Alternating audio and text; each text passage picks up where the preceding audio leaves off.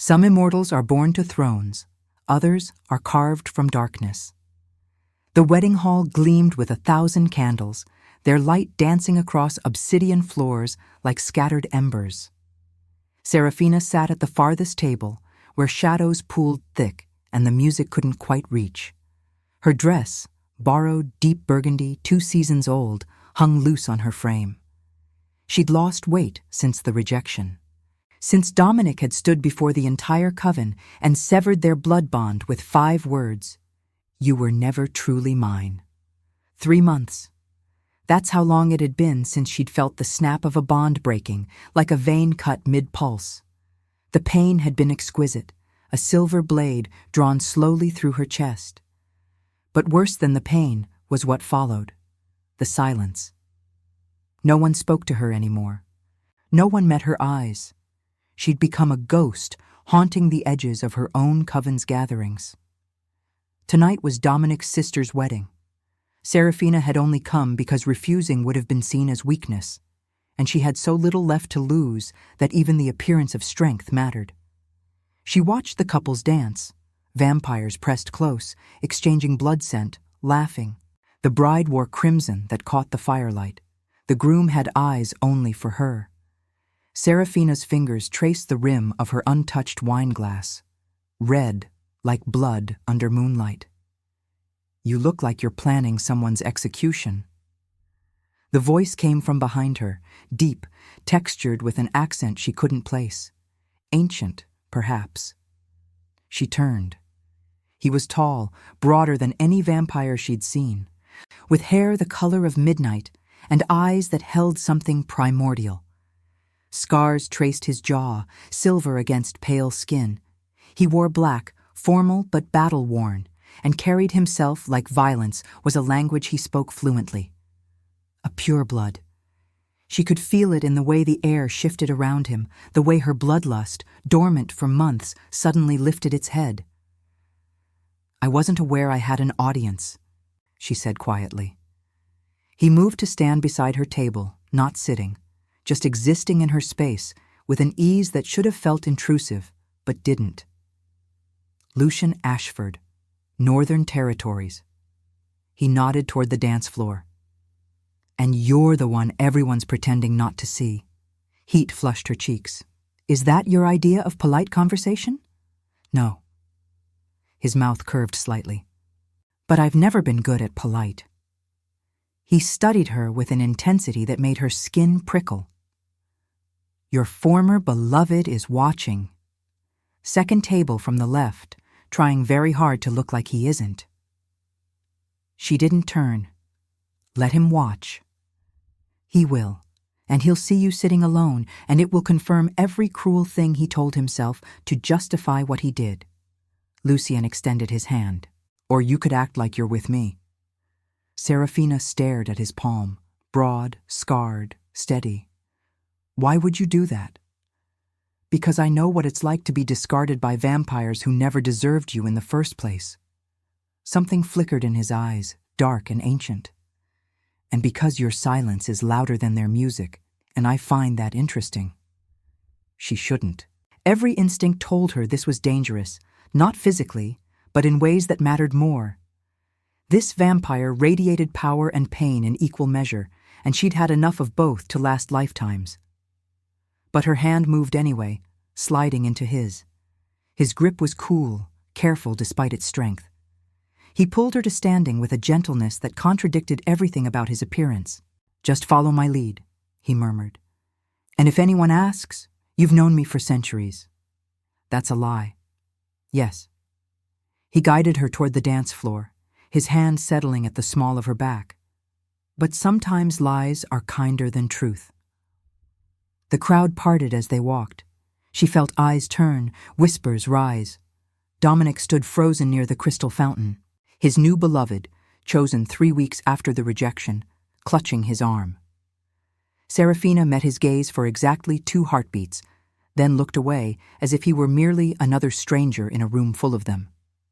Lucian positioned them at the center of the floor. The music swelled, a waltz, slow and haunting. He held her with the confidence of someone who'd danced 1,000 times, But there was nothing rehearsed about the way he moved. His eyes never left hers. "You're trembling," he said softly. "I haven't danced since—" She stopped. "Since he broke you." Not a question. "I know. I can smell the grief on you. It's like dying roses, beautiful and withering." She should have been offended. Instead, tears pricked her eyes. No one had named it before, had acknowledged the shape of her pain. They'd all just looked away. "Why are you really doing this?" she asked. Lucian turned them slowly, his thumb tracing small circles against her spine. "Because 300 years ago, I rejected my fated beloved to marry for alliance. She was human. I was a king who thought duty mattered more than destiny." His voice dropped to something raw. "She died 6 months later in a vampire hunter raid, and I've carried that weight every night since." The music seemed to fade.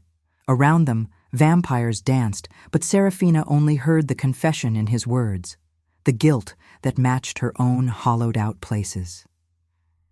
"You think saving me from embarrassment will absolve you?" she whispered. "No." His hand tightened on hers. "But maybe it will remind me that mercy still exists, even in creatures like us who've forgotten how to receive it." The song ended. Applause rippled through the hall. Lucian didn't release her immediately, just held her there, two broken immortals pretending to be whole. "Thank you," Serafina said finally. He stepped back, but his eyes remained serious. "The night isn't over. They'll expect us to stay together now. Are you prepared for that?" She looked past him to where Dominic stood, his face tight with something she recognized as regret. Too late. Far too late. "Yes," she said. "I am." Lucien offered his arm. She took it, and as they walked to a table where they could sit side by side, where candlelight would catch the silver in his scars and the quiet strength in her spine, Serafina felt something shift. Not healing, not yet, but the first breath after drowning. The moon watched through tall windows, patient and knowing. The evening unfolded in careful choreography. Lucien stayed close, his presence a shield that transformed stares into respect. He spoke little, but listened completely, and Serafina found herself talking about her work as a blood archivist for the Coven, about the mountains she'd grown up in before her turning, about small things that felt enormous in the telling because no one had cared to hear them in months. "You catalog bloodlines," he said, swirling wine he hadn't drunk. "That's rare for a turned vampire. Is it?" She bristled slightly. "Or is it just rare for anyone to notice?"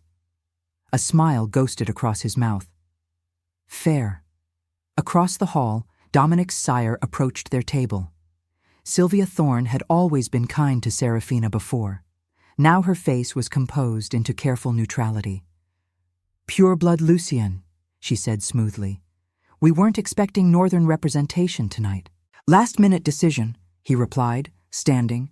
His voice carried that particular ancient resonance that ended questions before they started.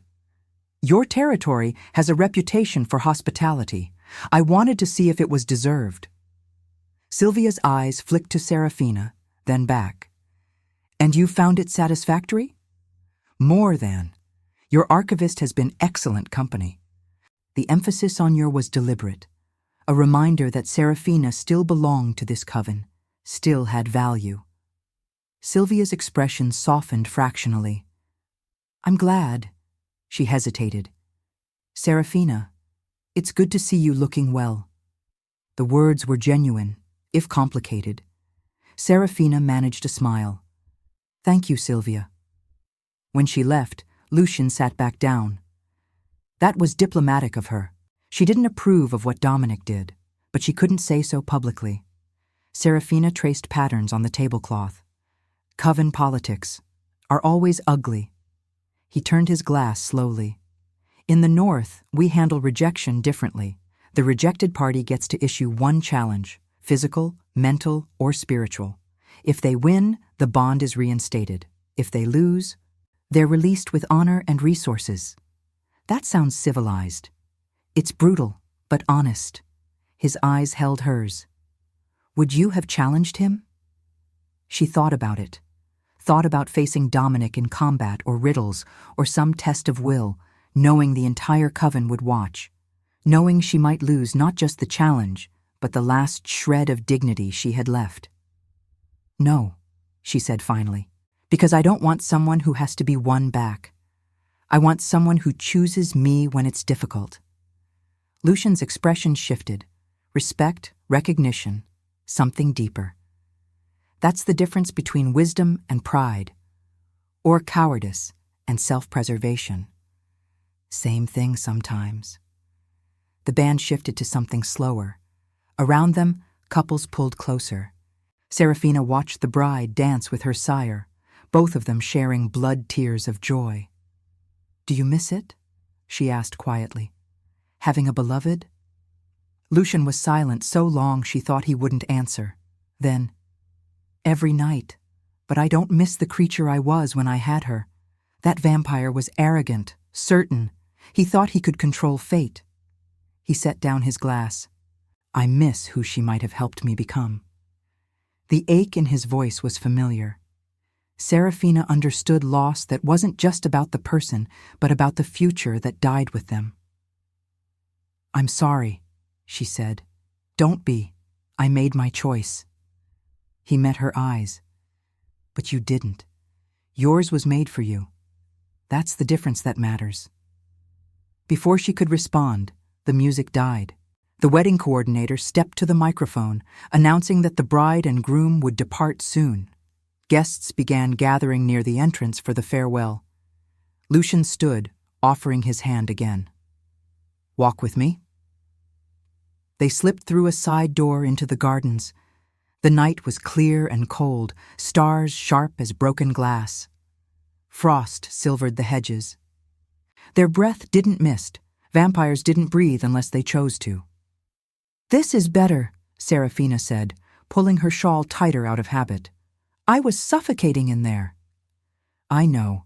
I could smell it, the way your scent turned bitter around the edges. He walked beside her, hands in his pockets. You don't belong in rooms like that. Where do I belong then? He stopped near a fountain, water frozen mid-splash. Somewhere ancient, somewhere that doesn't ask you to make yourself smaller. He turned to face her. You have a gift, Serafina. I can sense it. Something dormant, waiting. Her heart jumped, metaphorically, since it no longer beat. I don't know what you mean. Yes, you do.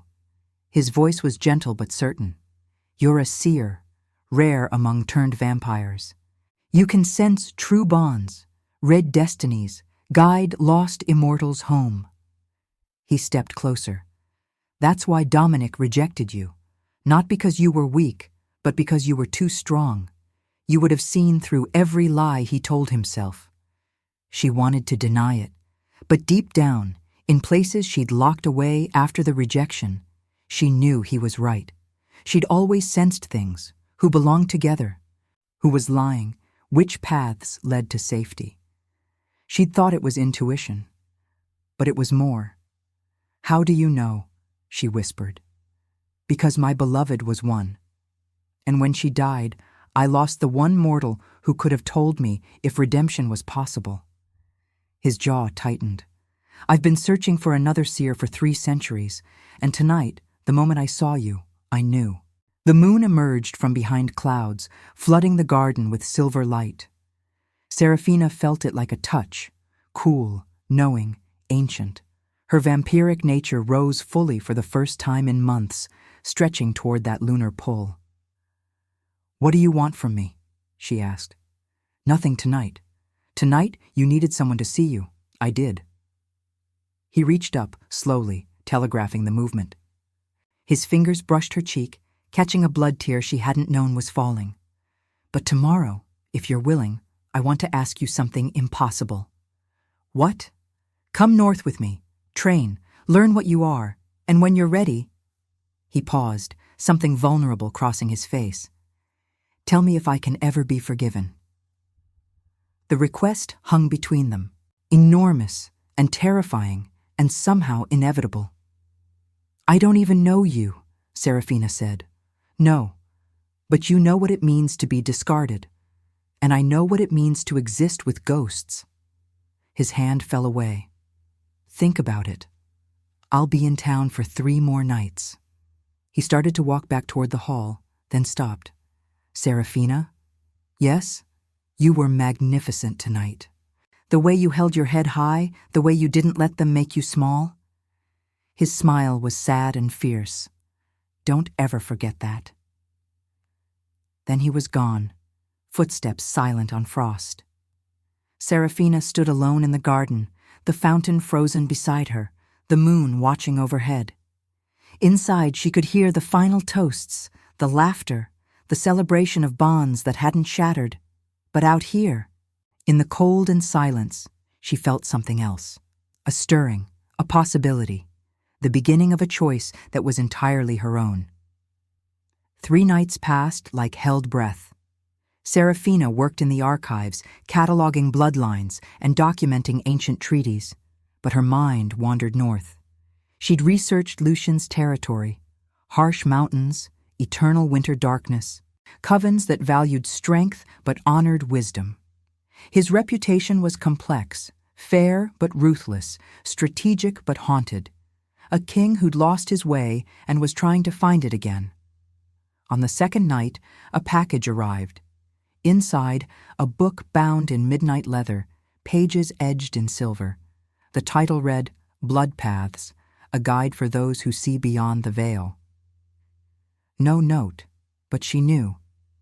She read it cover to cover that night, the histories of seers, turned vampires born with the ability to sense true bonds, to navigate spiritual landscapes, to lead immortals through their darkest moments toward light. Rare, powerful, often feared because they couldn't be lied to, Dominic had known. On some level, he'd sensed what she was and rejected her before she could see through him. The third night, she made her decision. The northern delegation was staying at the Coven's guest manor, a stone building on the territory's edge. Serafina arrived at dusk, when the sky was purple and the first stars emerged. 2 guards stood at the entrance, both massive, both assessing her with professional courtesy. "I'm here to see pureblood Lucian," she said. "Name?" "Serafina Thorne." One guard's expression shifted. Recognition, perhaps approval. He opened the door. "Second floor, last room on the right." The manor was warm, smelling of aged wood and old blood. She climbed stairs worn smooth by generations of visitors, her heart hammering out of habit rather than necessity. At his door, she paused, knocked once. "Enter." Lucian stood by the window, outlined in fading light. He'd changed from formal wear to simple clothes, dark shirt, worn pants, boots, more himself. When he turned, his expression was carefully neutral, but she saw hope underneath. "I thought you might not come," he said. "I almost didn't." She stepped inside, closing the door. "This is insane. Leaving my coven, traveling north with a pureblood I met 3 nights ago." "It is. I could be walking into something worse than rejection." "You could." "But?" She waited. He moved closer, but stopped an arm's length away. "But I watched you sit alone at that wedding, and I saw a vampire who'd survived something that should have broken her. I saw strength that doesn't come from never falling. It comes from rising when no one's watching." His voice roughened. "I need someone like that. Someone who understands that redemption isn't given. It's built, night by night, choice by choice." "And if I can't tell you what you want to hear? If I train as a seer and see that forgiveness isn't possible? Then at least I'll know." His eyes held hers. "And you'll have learned what you're capable of. Either way, you won't be the vampire sitting in shadows anymore." The moon rose outside, visible through the window, full, luminous, patient. Serafina thought of her small chambers, her archive work, the coven that had watched her fall and done nothing. She thought of Dominic and the ghost of their broken bond. She thought of the book Lucienne had sent. the histories of vampires like her who'd changed destinies. "I have conditions," she said. Relief flickered across his face. "Name them." "I'm not your subordinate. I'm your partner in this. Equal status. Agreed. If I tell you to stop pursuing redemption, if I sense it's not possible, you accept that." His jaw tightened, but he nodded. "Agreed. And if I find that I'm not strong enough, or that this path isn't mine, you let me leave without debt or obligation." "Yes." He extended his hand. "Anything else?" She looked at his palm, scarred, steady, offering something she'd stopped believing in. Not love, not yet, but possibility. "Teach me what I am," she said, placing her hand in his, "and I'll tell you what you can become." His grip tightened. "We leave at dusk tomorrow." "I'll be ready." "And now, I invite you to leave a trace of your presence in the comments. Tell us where in the world you're watching from, and the exact hour you hear this story. We wish to know how far these northern confessions travel, and at what moments of the night they find you. The journey north took 4 nights. They traveled by carriage through forests that grew darker and mountains that climbed higher. Lucien drove in comfortable silence, occasionally pointing out landmarks, an ancient coven boundary marker, a river where treaties had been signed in blood, ruins of castles that predated her turning. Serafina watched the landscape transform. The south had been soft, cultivated, civilized. The north was raw. Trees grew gnarled and twisted. Snow appeared in patches, then blankets, then absolute dominion. The air tasted different, sharper, cleaner, like breathing had suddenly become an act of defiance. On the second night, they stopped at a way station built into a mountain's face. Other travelers filled the common room, northern vampires with eyes like winter storms, and southern merchants trading in blood wines and silver.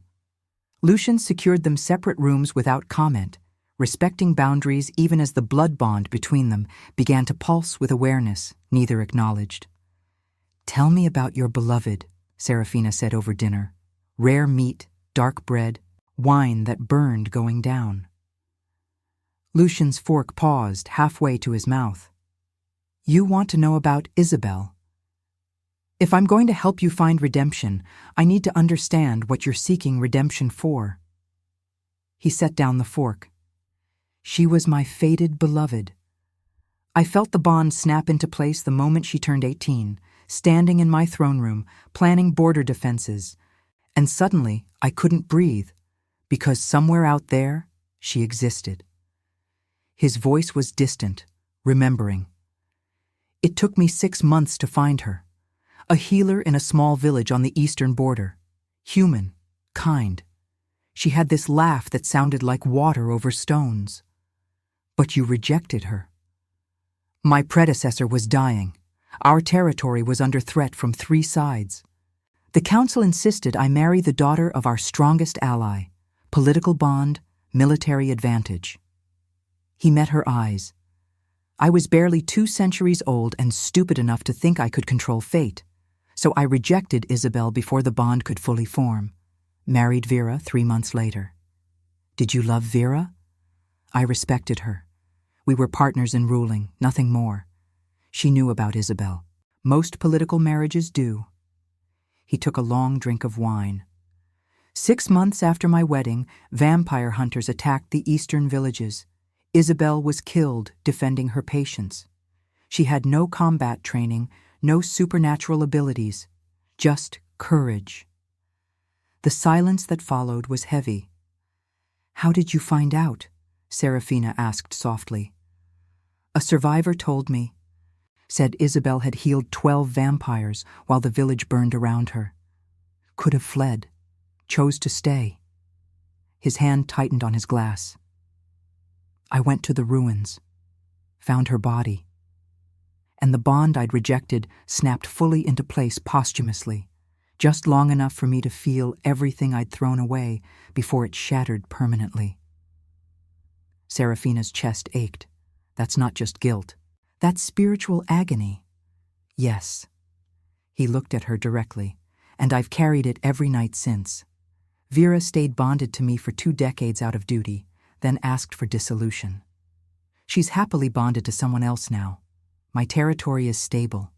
I've been a good king by every measure except the one that matters. I destroyed my own destiny.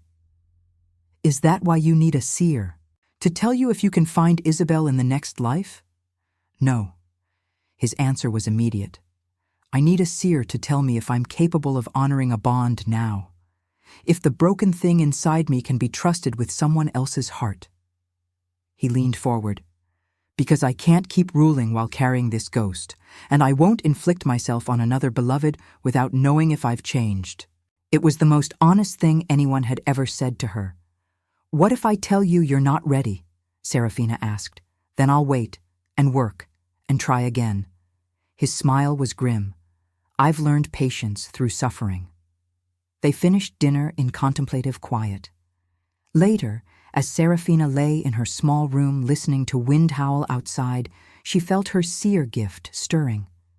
Lucien's pain was real, but so was his capacity for change. He wasn't seeking absolution. He was seeking transformation. That made him dangerous in a different way. On the 4th night, they crossed into northern territory. The landscape opened into a valley ringed by white mountains, and at its heart stood Lucien's stronghold, part fortress, part cathedral, all defiance against the elements. Dark stone, high towers, windows that caught moonlight like ice. Home, Lucien said simply. They were met by his second-in-command, a woman named Astrid with silver hair and scars that spoke of centuries in combat. She assessed Serafina with one sharp look, then nodded. The seer's quarters are ready, she said to Lucien. Seer? Serafina glanced at him. Word travels fast in the north. And you are what you are. We might as well honor it. Astrid led them through corridors carved from living stone, past tapestries depicting lunar ceremonies and ancient battles, to a suite in the East Tower. The rooms were beautiful, fireplace large enough to walk into, windows overlooking the valley, furniture worn smooth by time. On the bed lay a cloak of midnight blue, silver moons embroidered along the hem. Traditional garb for seers, Astrid explained. You're the first we've had in 300 years. When they were alone, Serafina touched the cloak. The fabric was softer than anything she'd owned. This is real, she said quietly. Lucien leaned against the doorframe. You can still leave. I'll take you back south tomorrow if you ask. She turned to face him. Do you want me to leave? No. The word was barely audible. But I want you to stay because you choose it, not because you feel obligated. The bond between them pulsed, not blood bond, but something else, recognition. 2 broken immortals who understood that healing wasn't weakness. I'm staying, Serafina said, at least until I know what I am. His expression softened with something that might have been relief or hope or both. Training starts tomorrow night. It won't be easy. Good, she said. I'm done with easy. He left her then, closing the door softly. Serafina stood at the window, watching snow begin to fall. The moon hung above the mountains, full and watchful. For the first time in months, she didn't feel alone. She felt like she was exactly where she needed to be. Winter deepened. Training began. Serafina learned that being a seer wasn't about reading minds or predicting futures. It was about sensing the truth beneath surfaces.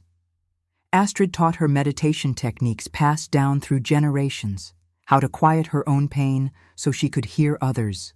Lucien's court healer, an ancient vampire named Torin, showed her how to track emotional resonance, the way bonds shimmered like heat over summer stone. Every vampire carries a thread, Torin explained, his voice rough with millennia. Seers see where threads tangle fray, or shine true. You don't create bonds, you illuminate what already exists. The work was exhausting. Each session left her drained.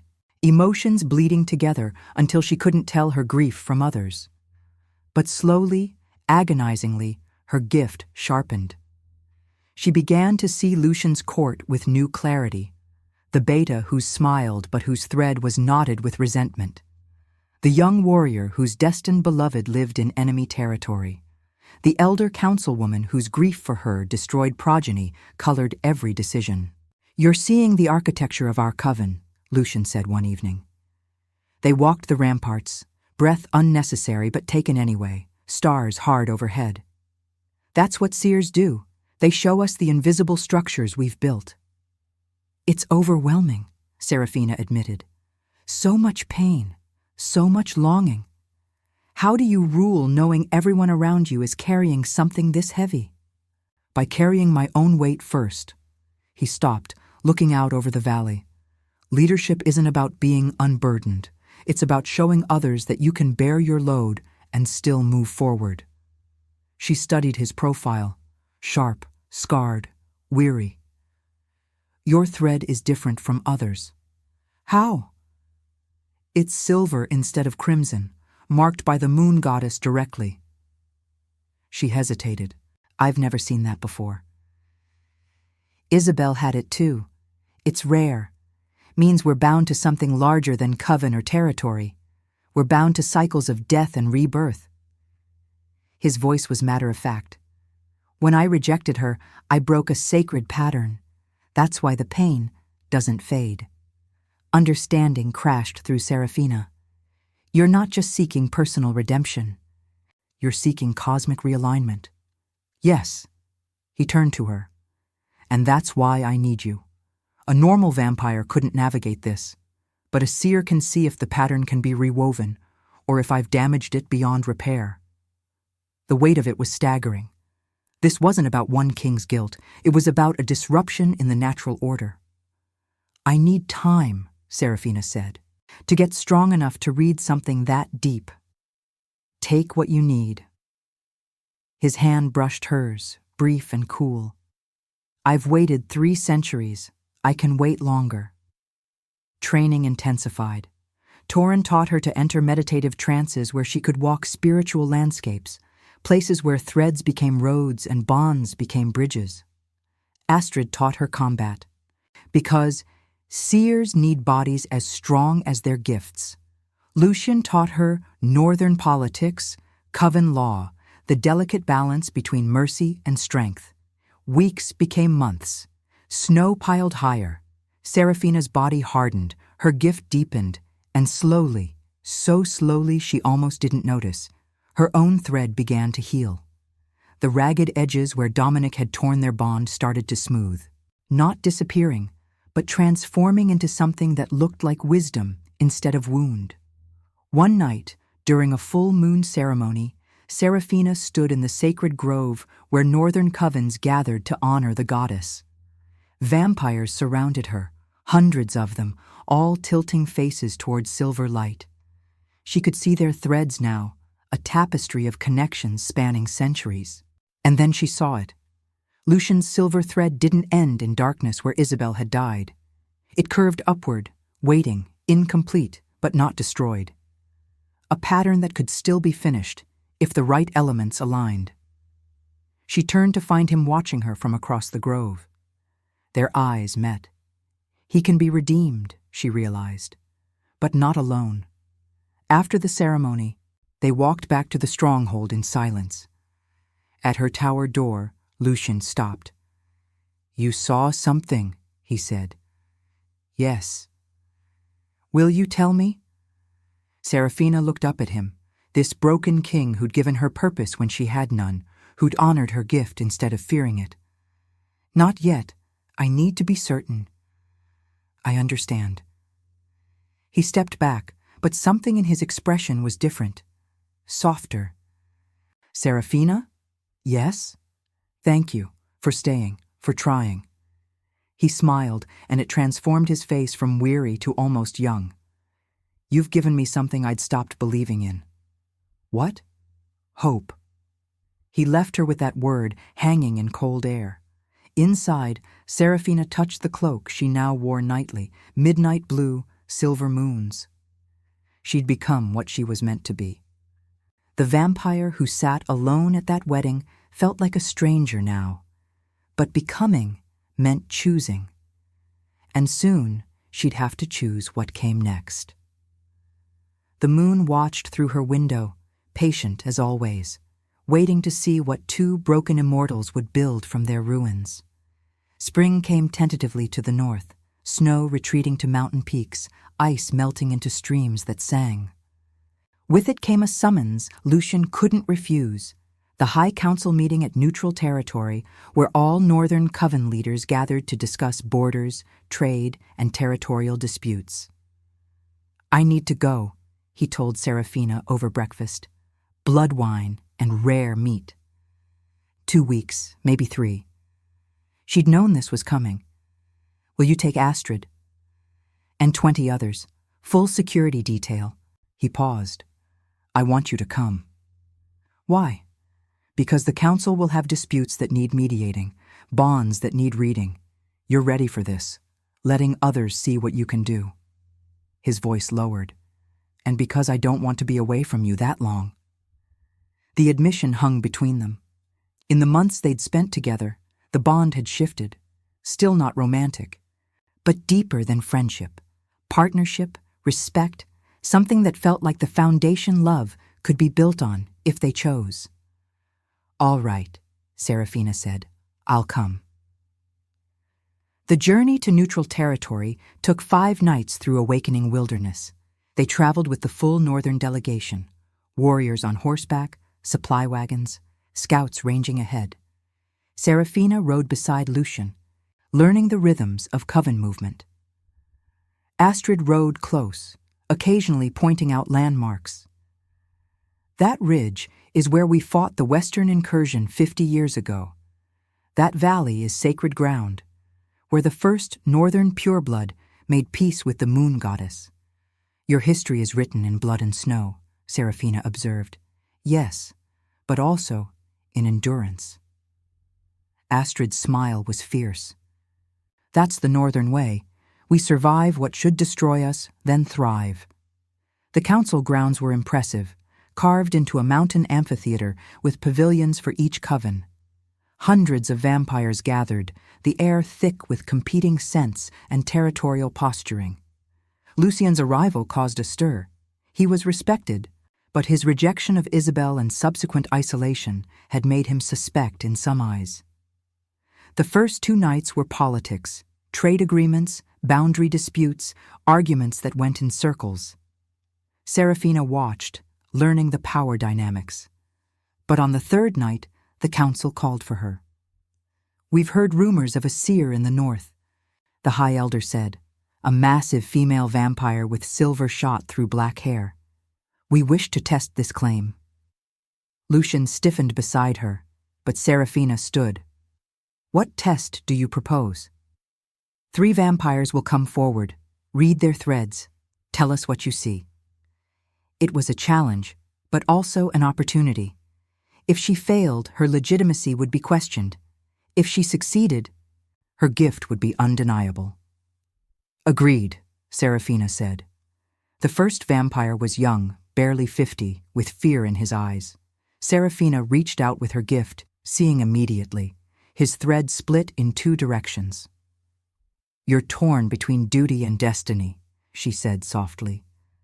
"Your sire wants you to bond with the progeny of your ally. But your fated beloved exists in the Eastern Territories. The bond hasn't snapped yet, but it will within the year." Gasps rippled through the gathered vampires. The young vampire's face went pale. "How did you—" "I see threads, not secrets. But you should know, true bonds can survive political marriages, but they require honesty." She met his eyes. "Tell your sire. Let them choose between alliance and destiny." The second vampire was older, scarred, with grief rolling off him like fog. Serafina looked, and her breath caught. "Your beloved was destroyed 6 months ago. You're considering walking into sunlight, letting the dawn take you." His throat worked. "Yes." "Don't." Her voice was gentle, but firm. Your thread doesn't end with their destruction. It curves toward another purpose, leadership specifically. You're meant to become head of your coven when your current leader steps down in 3 years. If you end yourself now, 30 vampires will suffer needlessly. How can I lead, he choked out, when I'm broken? All the best leaders are broken first. That's what gives them compassion. She held his gaze. Honor them by existing, by using your grief to understand others' pain. The third vampire was the High Elder herself. She stepped forward with a challenge in her eyes. Read me, seer. This was the true test. Seraphina closed her eyes, reaching deep, and saw a thread so ancient and tangled it looked like gnarled roots. You've existed 5 normal lifespans, she said slowly. Blessed by the moon goddess for service. But the blessing is becoming a curse. Everyone you care for is destroyed before you. She opened her eyes. You're weary, and you're wondering if it's time to ask the goddess to release you. Silence. Absolute. The High Elder's expression cracked. Yes. She already knows, and she's waiting for you to finish one last task before she grants your rest. Seraphina stepped closer. There's a young vampire in your coven, barely turned, thinks she's worthless because her gift hasn't manifested. But she's another seer. Find her, train her, pass your knowledge forward, then you'll be free. Blood tears slid down the elder's face. I'd stopped looking for meaning. It's there. It's always there. Seraphina's voice was soft. We just need someone to show us where to look. The council erupted into whispers, arguments, awe. Lucien stood, his voice cutting through chaos. My seer has proven herself. Any who doubt her gift can bring their disputes to her directly. For the rest of the council meeting, Seraphina worked. She mediated territorial disputes by showing vampires their tangled threads of pride and fear. She identified true bonds, dissolved false ones, guided lost immortals toward purpose. She worked until her gift burned through her, and exhaustion made her hands shake. But when it was done, when the council closed with respect in every eye, she'd established something unbreakable. Legitimacy. That night, Lucien found her on a ridge overlooking the camp. He sat beside her without speaking for long minutes. You changed things tonight, he said finally. I just showed them what was already there. No, you showed them that broken things can still be useful. That's revolutionary. He turned to her. You showed me that too. Their eyes met. The bond between them pulsed, still not romantic, but teetering on the edge of something deeper. Lucien, Seraphina said softly, I need to tell you something. About your thread. He went very still. I'm listening. It's not broken. It's incomplete. Isabel's death didn't destroy your pattern. It interrupted it. But the goddess left the thread open, waiting. She took his hand. You can find redemption, but not by going back. Only by going forward. What does that mean? She squeezed his fingers. It means your story isn't over, and neither is mine. Subscribe if you believe mercy can crown even the fallen. They returned north as spring deepened into early summer. The stronghold had changed in their absence. Repairs completed, gardens planted, life asserting itself against the harshness of mountain existence. But Seraphina felt a deeper shift. The coven looked at her differently now, with respect, with hope. Lucien resumed his duties as king, but with new energy. He implemented changes based on what Seraphina's gift had revealed, dissolved a political betrothal that was making 2 vampires miserable, promoted the grieving warrior she'd counseled to a position of leadership, established trade with eastern territories that had previously been closed. You're governing differently, Astrid observed one evening in the war room, studying maps. Because I'm seeing differently, Lucien replied. Seraphina showed me that strength isn't about never breaking, it's about what you build after. But with change came resistance. 3 council members, ancient guard, traditional, approached Lucian with concerns. "The seer has too much influence," said Elder Thomas, his gray beard reaching his waist. "She's turned vampire, barely a century old, outsider, yet you restructure our entire society based on her visions." Lucian's voice went cold. "They're not visions. They're truths you've been ignoring." "She's bewitched you," another elder hissed. "Just like the last human. History repeats, pure blood." The words landed like blows. Lucian stood, and the room temperature seemed to drop. "Seraphina has proven herself to this coven and to the High Council. If you question her legitimacy, you question my judgment. Choose carefully." They retreated, but their resentment festered. Seraphina felt it in the corridors, whispers that followed her, threads of suspicion and fear. Some vampires loved what she represented. Others hated it. "I'm causing division," she told Lucian late one night. They stood on the ramparts, summer stars bright overhead.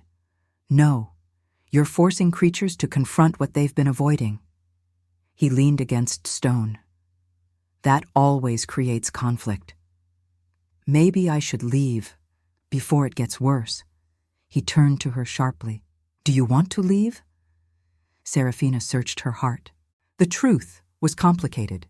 She'd built an existence here, discovered purpose, found herself. But she'd also grown attached in ways that scared her, not just to the work, but to him. "No," she admitted, "but I don't want to be the reason your coven fractures. They're fracturing because they're growing. Growing always hurts." His hand found hers in darkness. "You're not the wound, Seraphina. You're the healing that reveals where the wounds were." A commotion below interrupted them, raised voices, the clash of steel. They raced down to the training yard where two vampires circled each other with drawn blades. One was young, barely 70. The other was Elder Thomas's progeny. "He said the seer spread lies," the young vampire shouted. "That she tricked the pureblood." Astrid stood between them, but the tension was explosive. Lucian pushed through the crowd. "Enough!" His ancient voice cracked like thunder. "Weapons down, now!" They obeyed, but barely. The young vampire, Henrik, turned to Lucian with desperate eyes. "She helped me, pureblood. The seer saw that I didn't have to follow my sire's path, that I could choose my own destiny. They're trying to erase that." "No one will erase truth in my territory," Lucian said quietly, dangerously. "Tomas, your progeny has a grievance. Speak."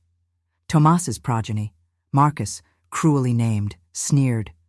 "She's turning our young away from tradition, making them think bonds matter more than duty. That's weakness." "Is it?" Lucian's voice was soft. "Or is it the strength to admit that we've been wrong?" The crowd went silent. This was the moment. Lucian publicly choosing Seraphina's vision over the old ways. "I was wrong," Lucian continued, voice carrying to every corner of the yard. 3 centuries ago, I rejected my fated beloved for politics. I chose duty over destiny, and it nearly destroyed me." He looked at Thomas, at Marcus, at every vampire gathered. "The seer showed me that our traditions need to evolve, that bonds matter, that love isn't weakness. It's the foundation everything else is built on." "You're pure blood," Thomas said coldly. "You can afford such luxuries. The rest of us must sacrifice." "Then maybe we're asking too much sacrifice." Lucian's eyes blazed crimson. "I won't rule a coven that crushes its members under tradition's weight. Change is coming. Those who can't accept that should consider whether this is still their home." The threat was clear. Several elders looked furious, but Henrik and others his age looked hopeful. The crowd dispersed slowly, uneasy. Lucian pulled Seraphina aside. "That was dangerous," she said. "You just drew a line." "Good. It needed to be drawn." His jaw was set. "I spent 3 centuries paralyzed by guilt and indecision. Not anymore. Lucian, I love you." The words stopped her cold. He'd said them simply, directly, without flourish. "What?" "I love you," he repeated. "Not because you're a seer, though that matters. Not because you healed me, though you did. But because you sat alone at a wedding and didn't let it make you small. Because you're fierce and gentle and honest in ways that terrify me." He took her hands. "I'm not asking you to say it back. I'm just telling you the truth." Serafina's heart would have hammered if it still beat. She'd felt this growing for months but hadn't named it, scared of another rejection. "I don't know if I can do this again. Trust someone with my existence. I know, and I won't rush you." His thumb traced her knuckles. "But you asked me to go forward, not back. This is me, going forward, choosing you when it's difficult." The words echoed what she'd said months ago. Blood tears pricked her eyes. "I need time," she whispered. "Take it." He kissed her forehead, gentle and brief. "I'll wait." Later, alone in her tower, Serafina stood at the window.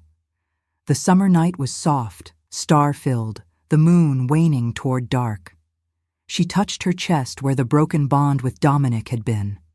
The scar was still there, but it no longer hurt. Lucian loved her, and she loved him too, terrifyingly, completely. But love wasn't the question.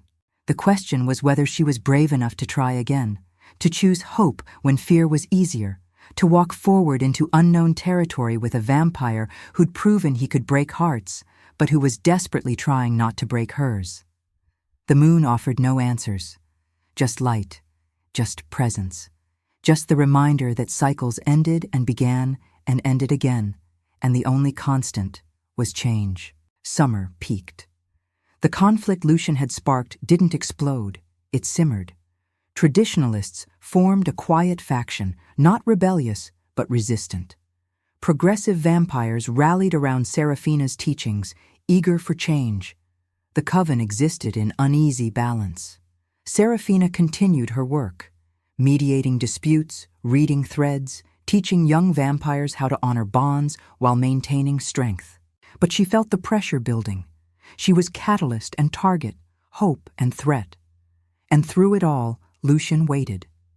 He didn't press, didn't demand, just existed in her orbit with patient intensity that made her ache. One evening, Torrens summoned her to the sacred grove. "You've been avoiding something," the ancient healer said without preamble. Serafina sat on a stone bench. "What?" "Reading your own thread." She flinched. "I'm not ready." "You're terrified." His eyes were kind but piercing. "Because you know what you'll see, and it means choosing." "Choosing what?" "Whether to accept the bond the goddess is offering, or walk away from it." Torrens settled beside her. "Lucian's thread is open, waiting. So is yours. The goddess left them incomplete deliberately, giving you both choice, but choice requires courage." "What if I choose wrong? What if I can't handle another rejection?" "Then you'll survive it, like you survived the last one. But Serafina—" He gripped her shoulder. "What if you choose right? What if you're walking away from the one bond that could actually heal both of you?" The question haunted her. That night, she did what she'd been avoiding for months. She entered deep meditation and looked at her own thread. It was crimson, like most turned vampires. But where Dominic had torn it, silver had grown through the break, the goddess's mark, claiming her for something larger. And extending from that silver was a new line, reaching toward Lucian's thread. Silver meeting silver. A pattern the goddess herself had woven. Fated beloveds. Not replacement for what he'd lost, not compensation for what she'd survived, but a new design entirely. Two broken immortals who'd earned wisdom through suffering, being offered a second chance. Serafina gasped out of the meditation, blood tears streaming. It was real. The goddess had chosen them for each other, but only after they'd both learned what love actually cost. She found Lucien in the war room, alone, studying reports by candlelight. He looked up, and whatever he saw in her face made him stand. "Seraphina?" "I saw our threads," she said. "We're fated beloveds." He went very still. "Are you certain?" "Yes." She crossed to him. "The goddess marked us both, silver threads, waiting to connect. But—" Her voice broke. "Lucien, what if we ruin it? What if the trauma is too much?" He reached out slowly, cupping her face. "Then we'll ruin it together and learn from the ruins. But what if we don't? What if we honor it and build something beautiful?" "I'm scared." "So am I." His forehead touched hers. "But I'm more scared of existing the rest of eternity, wondering what we could have been." The bond snapped into place, not slowly, not gently, but like lightning strike, white-hot, inevitable, perfect. Seraphina felt it lance through her chest, felt her vampiric nature surge to meet his, felt every broken piece of herself suddenly held by someone who understood breaks intimately. Lucien made a sound between gasp and prayer. His arms came around her, solid and sure. "I feel you," he whispered against her hair. "Everything, the pain, the hope, the fear, I feel it all." "I feel you too." She clung to him. "Your guilt, your determination, your love, it's overwhelming." "Is it too much?" She pulled back to look at him. His eyes were bright with blood tears. "No, it's exactly enough."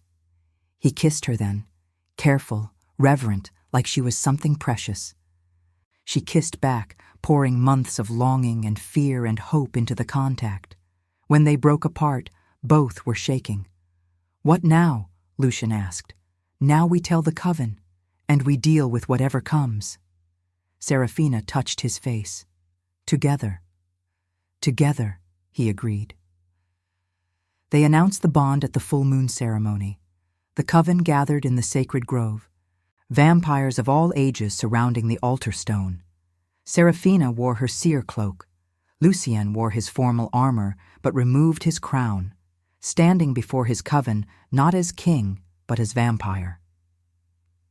"The moon goddess has blessed us," he said, voice carrying to every corner. "Seraphina and I are fated beloveds. Our threads have joined with her approval." The progressive faction erupted in joy, hisses of celebration, voices raised in approval. But the traditionalists were silent, faces ranging from skeptical to hostile. Elder Thomas stepped forward. "This is too convenient. The turned seer arrives, heals the pure blood, and suddenly they're fated. Forgive us for questioning divine timing." "Question all you want," Seraphina said, stepping beside Lucien. "But I can show you the threads. Any seer can verify what I see. There are no other seers to verify it." "Yet," Lucien said, "the High Council is training one now, thanks to Seraphina's vision. In 6 months, she'll be ready. If you can wait that long for proof, we'll provide it." Tomas's eyes narrowed. "And in the meantime?" "In the meantime, I rule. Seraphina guides. And we continue evolving this coven into something that honors both tradition and truth." Lucien's voice hardened. "Those who can't accept that are free to leave. No judgment, no punishment, just acknowledgement that we're walking different paths now." It was a gamble, offering exit rather than demanding loyalty. Several traditionalists looked tempted, but none moved. "We'll stay," Tomas said finally, "but we reserve the right to verify this bond when the time comes." Agreed. Lucien extended his hand. After a long moment, Tomas took it. The ceremony continued, prayers to the goddess, songs older than memory, the formal acknowledgement of the bond. When the moon reached its peak, Lucien and Seraphina stood together, letting moonlight bathe them silver. "By the goddess's grace," the ceremonial elder intoned, "these immortals are bound. Let none divide what moon and destiny have joined." The coven erupted. Approval, celebration, acceptance. Not universal, but enough. As the ceremony closed, Lucien pulled Seraphina close. "No regrets?" he murmured. She looked up at him, scarred, strong, hers, only that I didn't say yes sooner. His smile was pure light. We have time now, all the time we need. They walked back to the stronghold hand in hand, their threads glowing silver in the moonlight, two broken immortals who'd found each other and chosen healing over fear. 6 months passed. Autumn painted the mountains gold and red before winter returned. The young seer from the High Council arrived, a newly turned vampire named Luna, with eyes that saw too much and a gift that was raw but undeniable. She confirmed what Serafina had claimed. The bond between her and Lucian was genuine, blessed, fated. The last resistance crumbled. Even Thomas acknowledged the truth, though he did so grudgingly. The coven evolved. Political bonds were no longer mandatory. Vampires were encouraged to seek fated beloveds, but also to choose carefully, even without fate's blessing. Serafina established a school for seers, young turned vampires who showed the gift, taught to honor their abilities rather than fear them. Lucian governed with newfound wisdom. He was still pureblood, still fierce, but tempered by the understanding that strength and compassion weren't opposites. They were partners. On the winter solstice, they held a second ceremony. Not because they needed to prove anything, but because they wanted to celebrate what they'd built. The sacred grove was deep with snow. Torches burned bright against darkness. Every coven member gathered, plus delegations from allied territories, 100 witnesses to transformation. Serafina wore white this time, fur-lined and embroidered with silver wolves. Lucienne wore formal armor engraved with moon phases. They stood before the altar stone where Isabel's name was carved alongside countless others who'd served the goddess.